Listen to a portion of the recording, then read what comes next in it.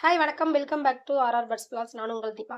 இன்னைக்கு என்னன்னு பார்க்குறீங்களா? இது ஒண்ணும் இல்லைங்க. கருப்பு கவுனி அரிசிதாங்க.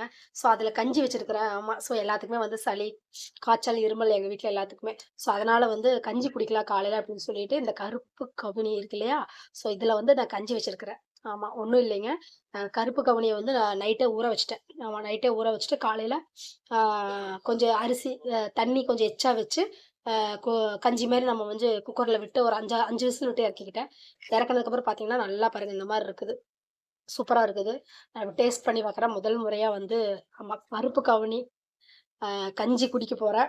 ஆமா. நாளைக்கு வந்து இதில ஏதாவது மசாலா ஐட்டம் அதாவது மிளகாய், பூண்டு அதெல்லாம் நாளைக்கு போட்டு சாப்பிட்டோம்னா, அது ஒரு டேஸ்ட்டா இருக்கு. ஏன்னா வாய்க்கு எதுவுமே பிடிக்க மாட்டேன்னுது. கஞ்சி மட்டும் தான்.